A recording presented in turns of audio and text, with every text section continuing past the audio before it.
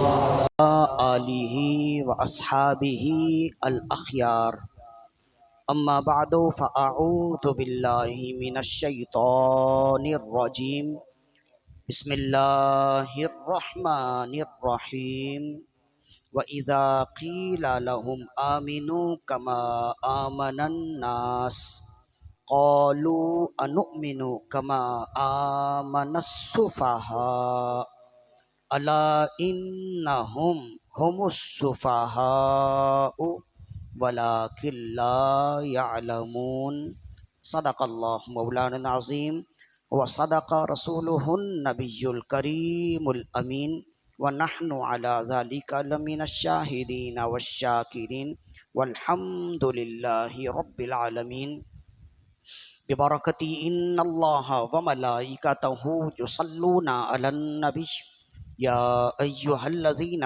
آمنوا صلوا علیہ وسلموا تسلیما اللہم صل علی سیدنا و مولانا محمد وعلی آلہ و اصحابہ وبارک وسلم صلاۃ و سلام علیک یا رسول اللہ صلی اللہ علیہ وآلہ وسلم فإن من جودک الدنیا وضرتها ومن علومک علم اللوح والقلم دعا إلى الله فالمستمسكون به مستمسكون بحبل غير منفصم مولاي صل وسلم دائما ابدا على حبيبك خير الخلق كلهم حمد و صلات کے بعد خالق کائنات کی عطا سے فقط اس کی دی ہوئی توفیق سے محرم الحرام کے عشرہ اول کی مسلسل نشستوں میں سے آج ہم چھٹی نشست میں موجود ہیں۔ اللہ تعالیٰ سے دعا ہے کہ رب عز و جل ہماری آج کی حاضری اپنی بارگاہ میں قبول و مقبول فرمائے۔ جتنے احباب یہاں بیٹھے، جتنے لوگ سن رہے ہیں، جو یہاں غیر موجود ہو کر سن رہے ہیں، اللہ ہر ایک کی حاضری قبول و مقبول فرمائے۔ اور جن جن احباب نے ان پاک نشستوں کے لیے کسی بھی طرح سے حصہ لیا، اللہ تعالیٰ تمام کے حصوں کو اپنی بارگاہ میں قبول و مقبول فرمائے۔ آج کی یہ نشست بھی شخصیات پر مبنی ہے، اور آج کی اس نشست میں ہم عظمت صحابہ پر گفتگو کریں گے۔ اور پھر بات وہی آئے گی، سوال ذہن میں وہی آئے گا کہ یہ ایام اہل بیت اطہار کے تذکرہ کے لیے ہیں، اور اکثر و بیشتر ان کا تذکرہ بالخیر ہوتا ہے، اور ہم نے بھی اہل بیت اطہار کے اکابرین کا تذکرہ کر دیا ہے۔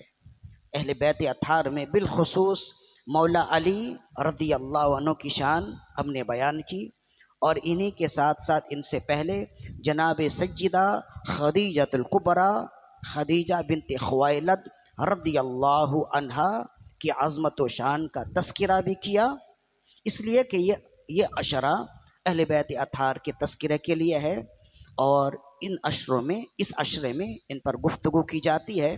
تو صحابہ کرام رضوان اللہ علیہم اجمعین کا تذکرہ کرنا ان ایام میں ضروری کیوں ہے، ہم نے اس موضوع کو منتخب کیوں کیا؟ ظاہر ہے کہ اس طرح کے نشستوں میں کوئی کام اتفاقی نہیں ہوتا۔ اس طرح کی نشستوں میں اکثر و بیشتر بلکہ تمام کام التزاماً ہوتے ہیں، اور اس کا کوئی مقصد ہوتا ہے، وہ کوئی پیغام دینا ہوتا ہے۔ ان نشستوں میں ظاہر ہے کہ ذمہ دار لوگ نشست کا اہتمام کرنے والے بھی ہیں، اور ذمہ دار احباب یہاں موجود ہیں، تو ہم کوئی ایسا موضوع منتخب نہیں کرنا چاہتے جو اتنا فائدہ مند نہ ہو۔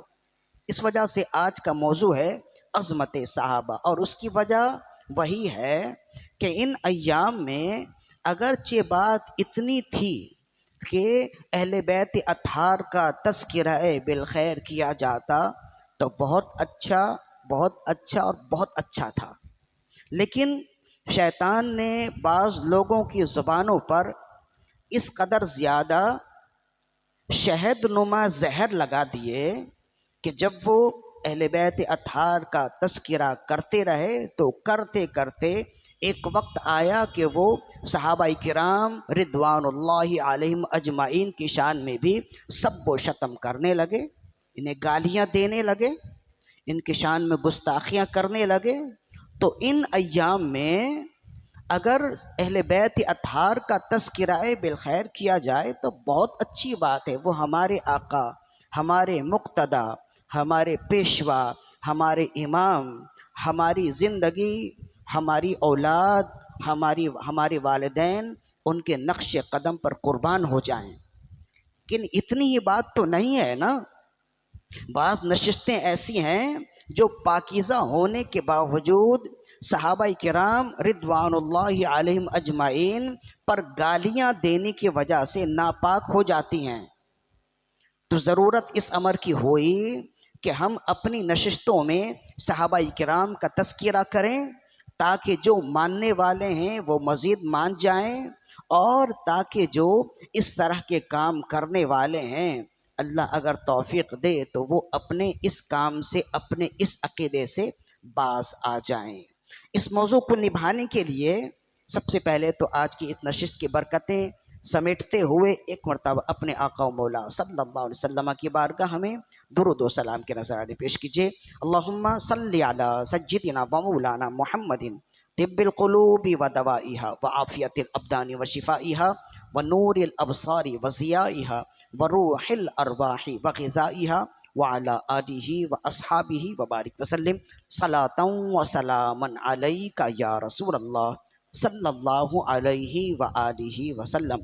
اسی وجہ سے ہمارے اکابرین اہل سنت مفتی نعیم الدین مراد آبادی رحمہ اللہ، اعلیٰ حضرت رحمہ اللہ، مفتی احمد یار خان نعیمی رحمہ اللہ، ان احباب نے عوام اہل سنت کو یہ پیغام دیا کہ چونکہ ان ایام میں صحابہ کرام کی شان میں گستاخیاں بھی کی جاتی ہیں، تو اہل سنت ان ایام میں صحابہ کی عظمت و شان زیادہ بیان کریں۔ اس وجہ سے ہم نے عظمت صحابہ کا یہ عنوان قائم کیا ہے۔ لہذا آج کی اس عنوان کو مکمل کرنے کے لیے، آج کے اس عنوان کو نبھانے کے لیے قرآن مجید کی جس آیت مقدسہ کی تلاوت کا شرف حاصل کیا، بہت ہی مشہور اور معروف آیت ہے، سورہ بقرہ کی آیت نمبر 13 ہے، جس میں اللہ تعالیٰ نے ارشاد فرمایا وَإِذَا قِيلَ لَهُمْ آمِنُوا كَمَا آمَنَ النَّاسِ، اور جب ان سے کہا جائے ایمان لاؤ جیسے اور لوگ ایمان لائے، قالوا، تو وہ کہتے ہیں انؤمن کما آمن السفہاء، کیا ہم ایسے ایمان لائیں جیسے بے وقوف ایمان لائے؟ الا انہم ہم السفہاء، اچھی طرح سمجھ جاؤ کہ جو انہیں بے وقوف کہتے ہیں وہ خود ہی بے وقوف ہیں، ولکن لا یعلمون، لیکن وہ جانتے نہیں ہیں۔ تو اس کی تفسیر میں امام بغوی، خازن اور مدارک نے لکھا کہ یہاں کہا گیا وَإِذَا قِيلَ لَهُمْ آمِنُوا كَمَا آمَنَ النَّاسِ، اور جب ان سے کہا جاتا ہے کہ ایمان لاؤ، تو ان سے مراد کون ہیں؟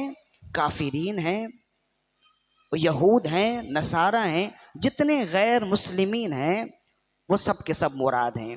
یعنی جب ان سے کہا جائے کہ ایمان لاؤ کما آمن الناس، جیسے اور لوگ ایمان لائے، تو اور لوگ ایمان لائے سے کیا مراد ہے؟ بھئی یہ آیت کس دور میں نازل ہوئی ہے؟ صحابہ کے دور میں نازل ہوئی نا، تو اسی وجہ سے امام خازن نے کہا کہ یہاں آمن الناس سے مراد صحابہ ہیں، اور معنی یہ ہے کہ جب ان سے کہا جائے کہ ایمان لاؤ جیسے صحابہ ایمان لائے، تو کہتے ہیں کہ کیا وہ تو بے وقوف ہیں، ہم بھی بے وقوفوں کی طرح ایمان لا کر بے وقوف بنے؟ تو اللہ نے فرمایا جو صحابہ کو بے وقوف کہتا ہے الا انہم ہم السفہاء، وہ خود ہی بے وقوف ہے، ولکن لا یعلمون، لیکن وہ جانتے نہیں ہیں۔ تو اس آیت مقدسہ میں دو تین باتیں ہیں جو انتہائی اہم ہے، جس کی طرف آج ہم نے گفتگو کرنی ہے۔ سب سے پہلی بات جو اس آیت مقدسہ میں سے ہمیں معلوم ہوئی، اللہ تعالیٰ نے غیر مسلموں کو پیغام دیا اور فرمایا ایمان لاؤ جیسے صحابہ ایمان لائے۔ تو مطلب یہ ہوا کہ فقط کلمہ پڑھ لینا کافی نہیں ہے، فقط ایمان لانا کافی نہیں ہے، ایسے ایمان لانا ضروری اور کافی ہے جیسے صحابہ ایمان لائے. یعنی اللہ کی بارگاہ میں مقبول اور منظور ایمان وہ ہے جو ایمان صحابہ کرام کی ایمان کی طرح ہو.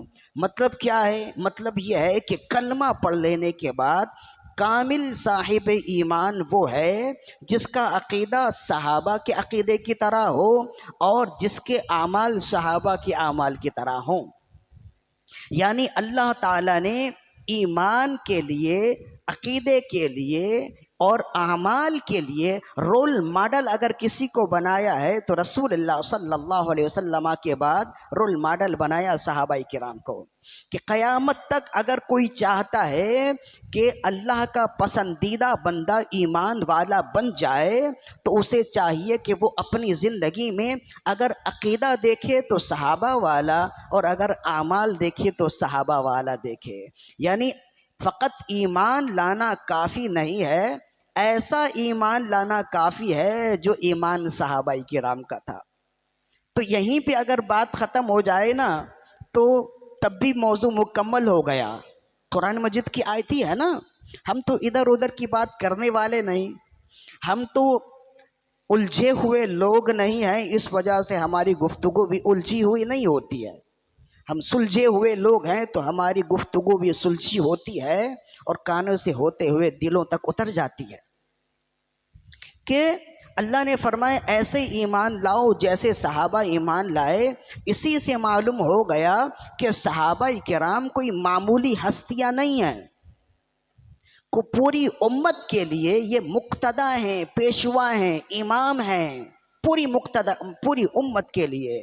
یعنی ہر شخص کے لیے جو ایمان والا ہے لازم ہے کہ وہ اگر رب کا پسندیدہ بننا چاہتا ہے صحابہ کے نقش قدم پر چلے.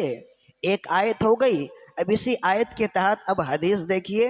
اور اس حدیث کو روایت کرنے والے کون سے صحابی ہیں؟ حضرت عبداللہ بن مسعود رضی اللہ عنہ اس حدیث کو روایت کرنے والے. حضرت عبداللہ بن مسعود کون سے صحابی ہیں؟ فقہ حنفی میں جتنے احکام ہیں وہ سب کے سب مربوط ہیں، متصل ہیں ابن مسعود کے ساتھ. فقہ حنفی میں یعنی فقہ حنفی کے تمام عقائد و نظریات و اعمال میں اگر اختلاف ابن مسعود کے ساتھ کسی کا ہو جائے تو ہر ایک کی بات کو پیچھے چھوڑ دی جائے گی، ابن مسعود کی بات پہلے مانی جائے گی سوائے خلفائے راشدین کے. اس لیے کہ فقہ حنفی کی بنیاد ہی ابن مسعود رضی اللہ عنہ سے ہے، چلتے ہوئے آ رہی ہے. اور امام اعظم ہے نا فقہ حنفی کا امام، امام اعظم کے استاد ہیں حماد، ان کے استاد ہیں علقمہ، ان کے استاد ہیں ابراہیم نخعی، ان کے استاد ہیں عبداللہ ابن مسعود. تو یہ تسلسل ہے. ابن مسعود، عبداللہ ابن مسعود رضی اللہ عنہ کا پورا عقیدہ، پورا علم ابراہیم نخعی کو ملا، ابراہیم نخعی کا پورا علم علقمہ کو ملا، علقمہ کا پورا علم حماد کو ملا، اور حماد نے اپنا پورا علم امام اعظم ابو حنیفہ کے سپرد کر دیا. تو فقہ حنفی کی بنیاد ہی عبداللہ ابن مسعود رضی اللہ عنہ پر ہے. ملا علی قاری علیہ رحمت باری نے اسی وجہ سے لکھا کہ اگر ابن مسعود کا قول الگ ہو، کسی اور کا قول الگ ہو، اگر وہ قول خلفائے راشدین کے علاوہ ہو تو ہر ایک کی بات رد کر دی جائے گی، عبداللہ ابن مسعود کی بات مانی جائے گی، ملا علی قاری کی بات. اور پھر آگے چلیے، امام ترمذی نے کتاب الفضائل میں لکھا اور ایسی بات لکھی کہ ان کے علاوہ کسی دوسرے کے لیے بات نہیں لکھی. فرمایا ما قال ابن مسعود فصدقوہ، ابن مسعود تم سے جو کہیں اس کی تصدیق کر دو. تو ہم نے ان کی شان پر یہ چند کلمات کیوں کہے؟ اس وجہ سے ابن مسعود جو بیان کر رہے ہیں وہ بالکل سچی بات ہوگی اور حق بات ہوگی. اس لیے کہ رسول اللہ نے قیامت تک کے لیے کہہ دیا کہ ابن مسعود تم سے جو کہیں مان ہی نہ لیا کرو بلکہ تصدیق کر دیا کرو. یہ جامع ترمذی کی حدیث ہے. ابن مسعود تم سے جو کہیں، یہ بھی نہیں کہ دین کے بارے میں کہیں، فقہ کے بارے میں کہیں، عقیدے کے بارے میں، اعمال کے بارے میں، جو کہیں اس کی تصدیق کر دو۔ یہ اتنا بڑا اعزاز ہے کہ رسول اللہ صلی اللہ علیہ وسلم نے یہ اعزاز ان کے علاوہ کسی کو نہیں دیا۔ اس اعزاز کے بارے میں یوں سمجھ لیجئے کہ رسول اللہ صلی اللہ علیہ وسلم کو ان کے عمل پر کتنا اعتماد ہے، ان کے علم پر کتنا اعتماد ہے۔ مطلب رسول اللہ نے جب یہ فرمایا کہ ابن مسعود تم سے جو کہیں اس کی تصدیق کر دو، مطلب یہ ہے کہ ابن مسعود زندگی بھر کوئی غیر شرعی بات کہہ ہی نہیں سکتے، قیامت تک رسول اللہ نے اس پر حق کی مہر لگا دی۔ یہی عبداللہ ابن مسعود ہیں، یہ روایت کرتے۔ اب اس حدیث کو اپنی سند کے ساتھ روایت کیا امام ابن عبد البر نے اپنی کتاب میں، اور صاحب مشکات نے بھی اس حدیث کو نقل کیا ابن عبد البر سے ہی۔ عن ابن مسعود رضی اللہ عنہ قال، ابن مسعود عبداللہ ابن مسعود رضی اللہ عنہ فرماتے ہیں، من کان مستنا فلیستن بمن قد مات، جو شخص اتباع کرنا چاہے، جو پیروی کرنا چاہے، وہ ان احباب کی پیروی کرے جو اس دنیا سے گزر گئے۔ فَإِنَّ الْحَيَّ لَا تُؤْمَنُ عَلَيْهِ الْفِتْنَةِ، اس لیے کہ جو زندہ لوگ ہیں وہ آزمائشوں سے بچے ہوئے نہیں ہیں۔ یعنی جو لوگ ایمان اور عقیدے کی سلامتی کے ساتھ اس دنیا سے گزر گئے، جو صحابہ ہیں، جو پیروی کرنا چاہے، جو اتباع کرنا چاہے، ان کی پیروی کرے، اس لیے کہ نئے نئے جو لوگ آ رہے ہیں وہ فتنوں میں الجھے ہوئے ہیں۔ اس زمانے میں فرمایا جو زندہ ہیں وہ فتنوں میں آئے، تو اس زمانے میں جو زندہ ہیں وہ کتنے فتنوں میں ہوں گے؟ نئے نئے مرزا نکل جاتے ہیں فتنہ و فساد کرنے کے لیے۔ تو ہمیں ان لوگوں کی اتباع کے بارے میں تو رسول اللہ نے بتایا نہیں نا، فرمائے جو اس دنیا سے گزر گئے ان کی اتباع کرو۔ فَإِنَّ الْحَيَّ لَا تُؤْمَنُ عَلَيْهِ الْفِتْنَةِ، اس لیے کہ جو زندہ ہے وہ آزمائشوں میں ہے، وہ فتنہ میں ہے، مبتلا ہے۔ پھر کہا کہ وہ لوگ جن کی اتباع کا میں تمہیں حکم دے رہا ہوں، مشورہ دے رہا ہوں، یہ کون لوگ ہیں؟ فرمایا اولئک اصحاب محمد، یہ رسول اللہ صلی اللہ علیہ وسلم کے صحابہ ہیں۔ کانوا افضل هذه الامہ، یہ اس امت میں سب سے افضل احباب ہیں، یہ اس امت کے سب سے افضل افراد ہیں۔ اور پھر فرمایا ابرہا قلوبا واعمقہا علما واقلہا تکلفا، فرمایا کہ ان کا دل بڑا پاک تھا، ان کے دل بڑے پاک اور ستھرے تھے، واعمقہا علما، اور ان کے علوم انتہائی گہرے تھے، واقلہا تکلفا، اور ان کی زندگی میں تکلفات نہیں تھے، بہت سادہ زندگی گزارتے۔ ان کے علوم کی گہرائی بہت زیادہ تھی، ان کے دل پاک ستھرا مزکہ اور مصفہ تھے، اور ان کی زندگی میں تکلفات یعنی دکھاوا نہیں تھا۔ اختارہم اللہ تعالی لصحبت نبیہ، اور سب سے بڑھ کر بات یہ ہے کہ اللہ تعالی نے ان احباب کو اپنے حبیب کی صحبت کے لیے منتخب فرمایا، اپنے حبیب کی خدمت کے لیے، صحبت کے لیے منتخب فرمایا۔ وَلِإِقَامَةِ دِينِهِ، اور اللہ تعالیٰ نے اپنے دین کی بقا اور سلامتی اور اقامت کے لیے انہی احباب کو منتخب فرمایا۔ فَأَعْرِفُوا لَهُمْ فَضْلَهُمْ وَاتَّبِعُوهُمْ عَلَىٰ آثَارِهِمْ، لہذا اے لوگو تم ان کے فضائل و مناقب اور محاسن کو سمجھو، وَاتَّبِعُوهُمْ عَلَىٰ آثَارِهِمْ، اور ان کے نشان قدم کے پیچھے پیچھے چلو۔ وَتَمَسَّكُوا بِمَا اسْتَطَعْتُم مِّنْ أَخْلَاقِهِمْ وَسِيَرِهِمْ، اور جہاں تک تم سے ہو سکے ان کی زندگی کو دیکھ کر اپنی زندگی سنوارنے کی کوشش کرو، ان کے اخلاق کو دیکھ کر اپنے اخلاق سنوارو۔ فَإِنَّهُمْ كَانُوا عَلَى الْهُدَى الْمُسْتَقِيمِ، اس لیے کہ اهْدِنَا الصِّرَاطَ الْمُسْتَقِيمِ کی جو تم دعا کرتے ہو یہی احباب ہیں، یعنی یہی لوگ ہیں جو صراط مستقیم پر ہیں۔ تم جو دعا کرتے ہو اہدنا الصراط المستقیم، یا اللہ ہمیں سیدھی راہ چلا، تو اس سے مراد یہی احباب ہیں، لہذا تم ان کی اتباع کرو گے کبھی گمراہ نہیں ہوگے، اس لیے کہ ان کی ذات میں دکھاوا نہیں تھا، ان کے علوم پختہ تھے، ان کے دل پاکیزہ تھے، ہر طرح کے نقائق سے منزہ اور مبرہ تھے۔ اللہ نے دین کی اقامت کے لیے انہیں منتخب کیا۔ آج جو ہم تک دین پہنچا ہے، کس کی خدمات سے پہنچا ہے؟ انہیں کی خدمات سے پہنچا ہے نا۔ تو اس حدیث میں جہاں صحابہ کرام رضوان اللہ علیہم اجمعین کی انتہائی عظیم عظمتوں کا ذکر ہے، وہاں یہ بھی بتا دیا گیا کہ صحابہ فقط صحابہ نہیں ہیں، صحابہ دین ہیں۔ اگر صحابہ پر شک ہو تو دین پر شک ہوگا، اگر صحابہ پر انگشت نمائی ہو تو دین پر انگشت نمائی ہوگی۔ قرآن ہمیں کس کے ذریعے سے ملا ہے؟ صحابہ کے ذریعے سے ملا نا۔ دین ہمیں کس کے ذریعے سے ملا؟ صحابہ کے ذریعے سے ملا۔ اگر صحابہ پر شک ہو تو پورا قرآن مشکوک ہو جائے گا۔ قرآن ہمیں کس نے دیا ہے؟ صحابہ نے جمع کیا نا۔ صحابہ نے جمع کیا، ہم تک پہنچایا۔ تو ایک صحابی تھے، سینکڑوں صحابہ کرام نے مل کر قرآن جمع کیا۔ جب قرآن جمع کرنے کی باری آئی تو 2 صحابی مسجد کے دروازے پر بیٹھ گئے اور اعلان کیا، جس کے پاس قرآن کی جو آیت ہے وہ لے کر آ جائے، اور 2 گواہ بھی لائے۔ تو ایک صحابی آتے، ساتھ ساتھ 2 گواہ بھی لاتے، اور وہ تینوں گواہی دیتے کہ جس مجلس میں جس جگہ رسول اللہ نے اس آیت کی تلاوت کی اور ہمیں لکھوایا تھا، ہم تینوں وہاں موجود تھے۔ تو سب نے 2 3 گواہ آتے، اور ان پر سب سے بڑھ کر حضرت زید بن ثابت جو رسول اللہ کے زمانے میں پورے حافظ قرآن تھے، وہ بھی وہاں موجود ہوتے، ان آیات کو لکھ رہے ہوتے، اس لیے کہ وہ جو گواہی دے رہے ہیں انہیں پہلے سے معلوم ہوتا کہ یہ میں یاد کر چکا ہوں۔ قرآن مجید کا اہتمام، پورا قرآن جمع کرنا کس نے جمع کیا ہے؟ کسی مرزا، کسی ڈاکٹر، کسی مفسر نے جمع کیا؟ قرآن کو جمع کرنے والے کل صحابہ ہیں۔ اگر ایک صحابی کے حوالے سے بھی شک ہوگا، پورا قرآن مشکوک ہو جائے گا۔ تو لوگ اسے بہت ہلکا سمجھنے لگ گئے نا۔ حضرت امیر معاویہ رضی اللہ عنہ کاتب وحی ہیں۔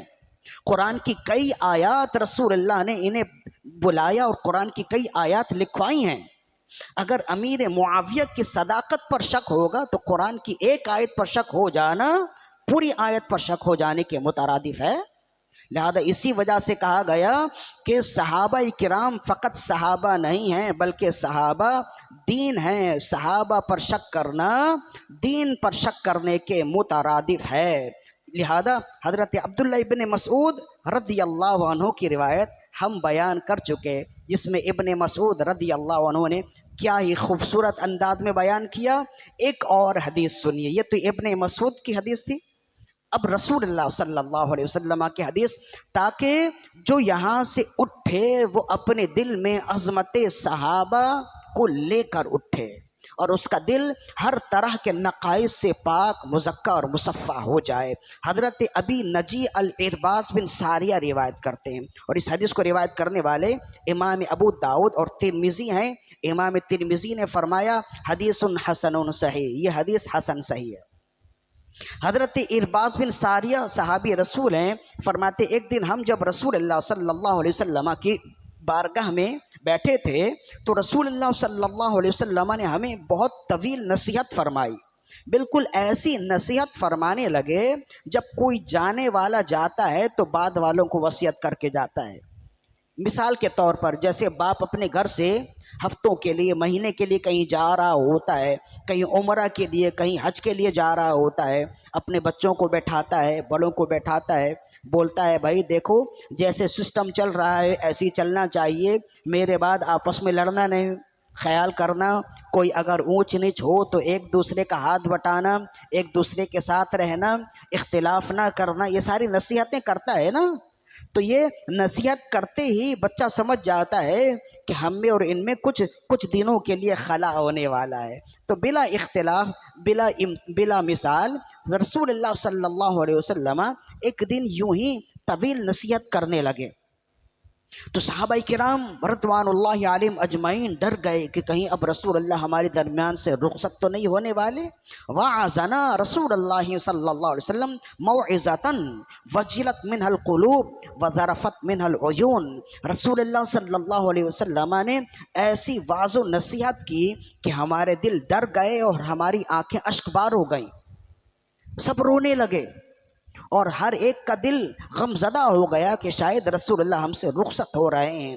تو کہتے ہیں صحابہ کرام نے عرض کی فقلنا یا رسول اللہ کانہا موعظۃ مودع فاوصنا. یا رسول اللہ صلی اللہ علیہ وسلم آپ کا واعظ و نصیحت کرنا تو ایسے جیسے کوئی رخصت کرنے والا واعظ و نصیحت کرتا ہے. فاوصنا، لہذا ہم چاہتے ہیں کہ آپ ہمیں مزید اچھی اچھی باتیں، موٹی موٹی باتیں نصیحت کر دیجئے تاکہ ہم آپ کے بعد اگر ان باتوں پر عمل کریں تو ہم راہ راست پر رہیں، ہم بہکنے نہ پائیں. تو پھر اب رسول اللہ صلی اللہ علیہ وسلم نے موٹی موٹی باتیں وصیت فرمائی. قال، آپ نے فرمایا اوصیکم بتقوی اللہ عز وجل، میں تمہیں اللہ عز وجل سے ڈرنے کی وصیت کرتا ہوں. والسمع والطاعت وان تأمر علیکم عبد، اور میں تمہیں حکم دیتا ہوں کہ تم پر کوئی بھی امیر، بھلے وہ امیر غلام ہی ہو، اگر منتخب کر دیا جائے اس کی اطاعت کرو، اس کی فرما برداری کرو، امت میں انتشار نہ پھیلانا، اس کی اطاعت کرنا. پھر آپ نے فرمایا فَإِنَّهُ مَن يَعِشْ مِنْكُمْ فَسَيَرَى اخْتِلَافًا كَثِيرًا، پھر میرے بعد تم میں جو زندہ رہے گا وہ کثیر اختلاف دیکھے گا. اب صحابہ کرام مزید ڈر گئے. ایک تو ہوتا ہے نا اگر اختلاف ہے کوئی بات نہیں ہے، رسول اللہ موجود ہیں، اگر کوئی بھی اختلاف ہوا دربار رسالت میں حاضر ہو گئے، ایک لمحے میں اختلاف ختم ہو گیا، ایک لمحے میں مسئلے کا حل مل گیا. تو جب رسول اللہ نے فرمایا کہ فَإِنَّهُ مَن يَعِشْ مِنْكُمْ فَسَيَرَى اخْتِلَافًا كَثِيرًا، تم میں سے جو اس دنیا میں میرے بعد رہے گا وہ کثیر اختلاف دیکھے گا. صحابہ کرام مزید ڈر گئے. پھر عرض کرنے لگے یا رسول اللہ آج تو اگر کوئی اختلاف ہو جائے، بڑے سے بڑا اختلاف ہو جائے، آپ کی بارگاہ میں حاضر ہو تو اختلاف ختم ہو جاتا ہے، جب آپ نہ ہوں گے تو پھر ہم اس اختلاف کو کیسے ختم کریں گے؟ فقال، تو آپ نے فرمایا فعلیکم بسنتی وسنت الخلفاء الراشدین المہدیین عدوا علیہا بالنواجذ، تم میں سے جو میرے بعد زندہ رہے گا وہ کثیر اختلاف دیکھے گا، تو ان اختلافات کے ایام میں تمہارے لیے لازم ہے تم میری سنتوں پر تھامے رہنا، تم میری سنتوں کو تھامے رہنا اور خلفائے راشدین کی سنتوں پر عمل کرتے رہنا، انہیں اپنے داڑھوں سے دبا کر رکھنا، کبھی اختلاف نہ ہوگا، کبھی گمراہ نہیں ہوگے. یعنی فرمایا قیامت تک جو صحابہ کرام بالخصوص خلفائے راشدین کی سیرت اور پر اتباع کرتا رہے گا وہ کبھی گمراہ نہیں ہوگا. فرمایا عدو علیہا بالنواجذ، اسے نواجذ سے دبائے رکھنا. اب نواجذ کیا چیز ہے؟ جو قرہ حضرات ہیں نا، جو قاری قرآن ہیں، وہ جانتے ہیں کہ انگلیوں کے جیسے نام ہوتے ہیں نا ویسے دانتوں کے بھی نام ہیں. خنسر، بنسر، وسطی، سبابہ، ابہام، یہ انگلیوں کے 5 نام ہیں جو عربی میں ہوتے ہیں، کتابوں میں ایسے آتے ہیں. ویسے دانتوں کے بھی نام ہیں.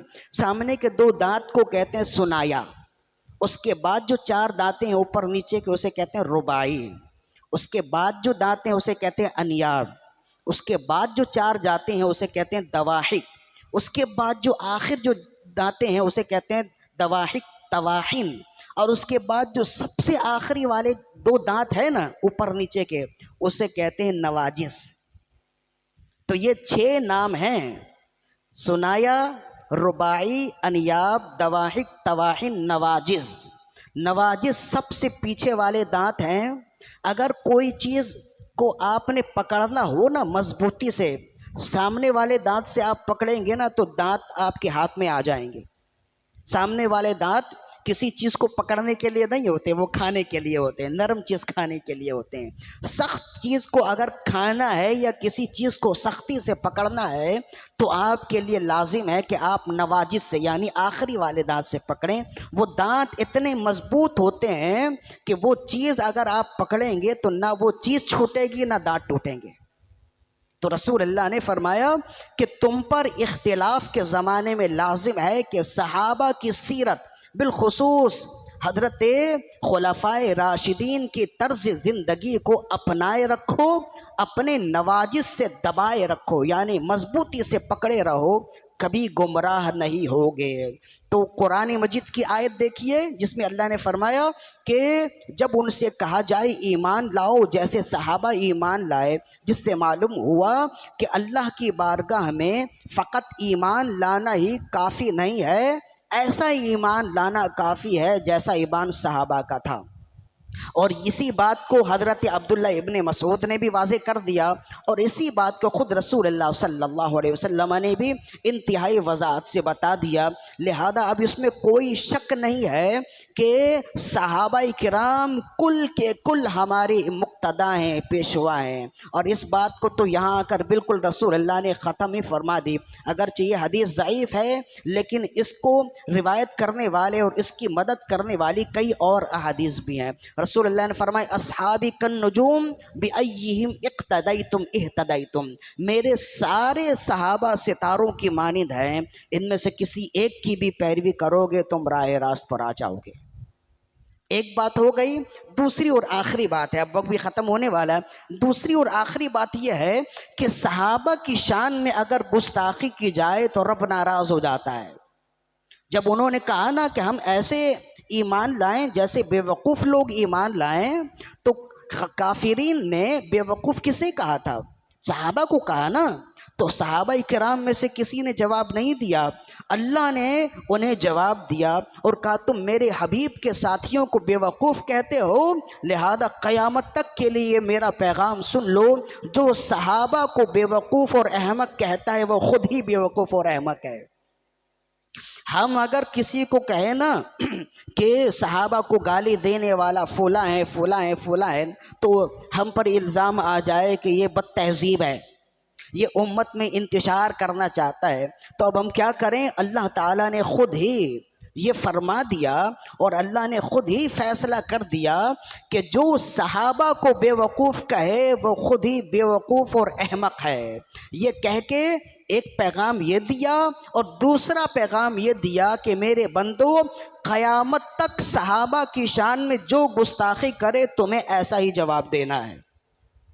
لہذا اسی وجہ سے جب عظمت صحابہ کی بات آتی ہے نا تو ہمارے لہو گرمائے دیے جاتے ہیں، ہمارے لہو میں گرمی دوڑ جاتی ہے، اس لیے کہ ہم صحابہ کو فقط صحابہ نہیں سمجھتے، ہم صحابہ کو دین سمجھتے ہیں۔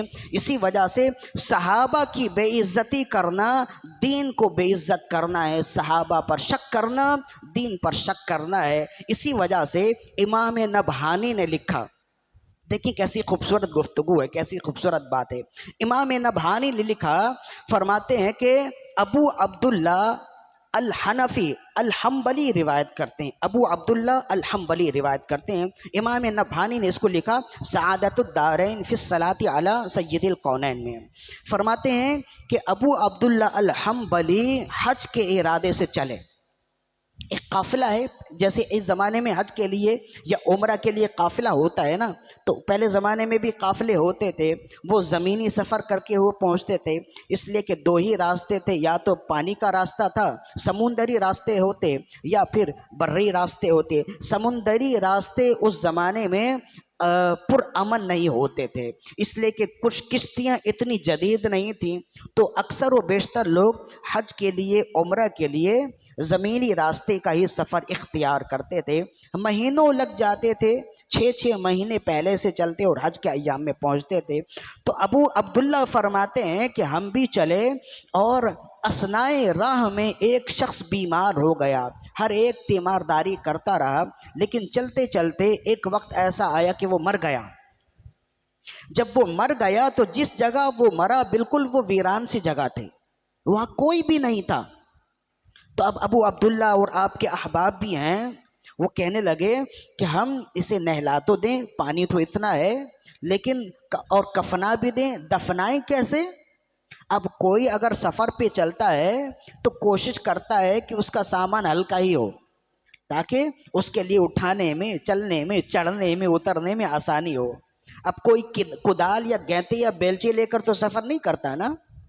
تو اب انہوں نے کہا آپس میں کہنے لگے پانی تو ہے ہم اسے نہلا دیں گے اور کپڑے بھی ہیں ہم اسے کفنا دیں گے، لیکن دفنانے کے لیے ہمارے پاس کوئی کھودنے کا سامان نہیں ہے، کیا کریں؟ تو دور دیکھا تو ایک جھونپڑی نظر آئی، تو کہنے لگے کہ چلو یہاں آبادی ہے، اسی جگہ ہم قبر بنا دیں گے اور کوئی بھی ہو جو یہاں رہنے والا ہے اس سے کہہ دیں گے بھائی اس قبر کا خیال بھی کرنا، تو ہمارے لیے بہتر ہو جائے گا. لاش کو لے کر چلے، وہاں تک پہنچ گئے. پہنچنے کے بعد اب وہ جب اس مکان پر گئے، اس جھونپڑی پہ گئے، تو ایک مائی ہے، ایک بوڑھی عورت ہے جو بیٹھی ہے اور کوئی دوسرا تیسرا نہیں ہے. تو مائی سے کہا کہ اماں ہمیں کوئی چیز چاہیے، ہمارا ایک ساتھی مر گیا ہے اور ہمیں قبر کھودنے کے لیے کوئی چیز چاہیے جس سے ہم مٹی کھود کر قبر بنا سکیں. تو مائی نے کہا کہ ہاں میرے پاس کدال تو ہے، لیکن قسم کھاؤ تم واپس کرو گے، لے کر تو نہیں جاؤ گے، تم قسم کھاؤ میرا کدال واپس کرو گے. تو انہوں نے کہا یہ تو عجیب بات ہے، یہ لے کر کون جائے، ہم تو خود ہی ہلکے ہلکے ہو کر جانا چاہتے ہیں. انہوں نے کہا ہم قسم کھاتے ہیں کہ یہ کدال ہم آپ کو واپس کریں گے، واپس کیے بغیر نہیں جائیں گے. مائی نے اٹھا کر کدال دے دیے اور جب وہ چلے گئے تو حضرت ابو عبداللہ نے کدال سے کھودا اور اسے دفن کیا، اور دفن کرنے کے بعد مٹی بھی ڈال دی. اور ڈالنے کے بعد جب باہر نکلے اور جب جانے لگے تو مائی نے کہا بھائی میرا کدال تو دیتے جاؤ. تو پھر خیال آیا کدال تو قبر میں ہی چھوڑ دیا، اندر ہی چھوڑ دیا. تو مائی مزید غصے میں آ گئی اور کہنے لگی میں نے تم سے کہا تھا، میں نے تم سے قسم لی تھی کہ تم میرا کدال واپس کرو گے اور تم نے قسم کھایا تھا. کہنے لگے کہ مائی ہم تو بھول ہی گئے، بالکل ہی ذہن سے نکل گیا کہ کدال بھی تمہیں دینا ہے. تو مائی نے کہا اسی دن کے انتظار میں تم یہاں بیٹھی تھی، میں بیٹھی ہوں اس لیے کہ یہاں سے ایک اور شخص بھی گزرا تھا اور خواب میں مجھے رسول اللہ صلی اللہ علیہ وسلم کی زیارت بھی ہوئی تھی. رسول اللہ صلی اللہ علیہ وسلم نے ارشاد فرمایا تھا کہ اے مائی اس کدال کو سنبھال کے رکھنا، یہ کدال قبر میں آگ کی بیڑی بنے گا ایک ایسے شخص کے لیے جو صحابہ کو گالیاں دیتا ہے.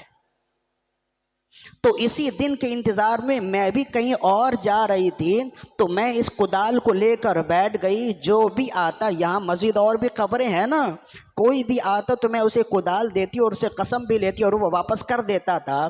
تم ہی ایسے ہو کہ تم نے قسم بھی کھایا اور واپس نہ کیا. تو میں سمجھ گئی کہ یہی شخص ہے جس کے بارے میں رسول اللہ نے کئی سال پہلے مجھے خواب میں وصیت بشارت دی تھی کہ ایک ایسا شخص بھی یہاں آئے گا جو صحابہ کو گالیاں دینے والا ہوگا اور یہ کدال آگ کی بیڑی بنے گا. تو صاحب وہ کہتے ہیں ابو عبداللہ الحنبلی کہتے ہیں انہیں شک ہوا کہ مائی بڑی عمر میں جا کے نہ جانے کیا کیا بات کہہ رہی ہے، ادھر ادھر کی ہاں کر رہی ہے. تو کہتے ہیں کہ انہوں نے بات کی تصدیق کے لیے کھودنا چاہا. جب قبر کھودتے ہیں، تھوڑا سا ہی قبر کھودتے ہیں تو آگ کی لہک آنے لگتی ہے، اور جب وہ اس کدال کو دیکھتے ہیں تو واقعی اب وہ کدال نہیں ہے بلکہ آگ کی زنجیر بن چکا ہے جو اس بندے کے اندر ہے، جس نے اس بندے کو لپیٹ میں لے لیا ہے. جیسے تیسے مٹی ڈالی، یہ تو واضح ہو گئی کہ کدال اب آگ کی زنجیر بن گئی. لیکن یہ شخص تو ہمارے ساتھ تھا، کبھی تو اس نے اس طرح کی بات نہ کی. اپنے سفر سے لوٹے، جب اس کے گھر گئے، بیوی سے پوچھا تو بیوی نے کہا کہ ہاں کبھی کبھی ایسا ہوتا تھا کہ یہ صحابہ کرام کی شان میں ہلکی بات کہہ دیتا تھا. تو پھر یہ سمجھ گئے کہ اچھا یہ شخص ایسا تھا جو صحابہ کرام کے عقیدے کے حوالے سے منافق تھا، اس وجہ سے اللہ تعالیٰ نے اس کے ساتھ یہ انجام کیا ہے. لہٰذا ڈر جاؤ، صحابہ کرام رضوان اللہ علیہم اجمعین پر جو عداوت رکھتا ہے، آپ سے جو عداوت رکھتا ہے، رب بھی ان سے عداوت رکھتا ہے، رب بھی ان سے نفرت کرتا ہے، اور بالآخر اس کا انجام ایسا ہی ہوتا ہے. آپ دیکھتے ہیں کہ ہمارے احباب جب اس دنیا سے جاتے ہیں تو ساری دنیا انہیں ویڈیو میں دیکھ رہی ہوتی ہے، لیکن بہت سے ایسے احباب ہوتے ہیں جو اس دنیا سے جاتے ہیں لیکن ان کے لیے تصویر کھینچنا منع ہوتا ہے، مووی بنانا منع ہوتا ہوتا ہے. وہ کیوں ہوتا ہے؟ اس کی وجہ یہی ہے کہ ان کا چہرہ دکھانے کے قابل ہی نہیں ہوتا. اس لیے کہ جو صحابہ پر بھونکنے والے ہوتے ہیں مرنے کے بعد یا تو دنیا میں ہی یا قبر میں وہ بھونکنے والے ہی بنا دیے جاتے ہیں. لہذا اپنی امان چاہیے، اپنی حفاظت چاہیے، عقیدے اور اعمال کی اصلاح چاہیے. اہل سنت و جماعت سے جڑے رہیے. یہ ایک ایسا مہذب عقیدہ ہے، یہ ایک ایسے مہذب لوگوں کا طریقہ ہے جو صحابہ کرام سے اب تک چلا آ رہا ہے، جس میں تعظیم اگر دیکھیں اللہ کی تعظیم بھی ہے، تعظیم اگر دیکھیں کل انبیاء کی تعظیم ہے، تعظیم اگر دیکھیں کل صحابی کے تعظیم، تعظیم اگر دیکھیں کل ازواج مطہرات کی تعظیم، تعظیم اگر دیکھیں تو کل اہل بیت اطہار کی تعظیم ہے. ہم سب کو ماننے والے ہیں. اسی وجہ سے ہم کہتے ہیں کہ ہم سے بڑھ کر نہ رب کی توحید بیان کرنے والا کون ہے اور کوئی ہے، نہ ہی رسول اللہ کی شان رسالت کو بیان کرنے والا کوئی ہے، نہ ہی اہل بیت اطہار کا تذکرہ کرنے والا کوئی ہے، اور نہ ہی عظمت صحابہ بیان کرنے والا کوئی ہے. اللہ تعالیٰ سے دعا ہے کہ ہماری آج کی حاضری اپنی بارگاہ میں قبول و مقبول فرمائے. وما علینا الا البلاغ المبین.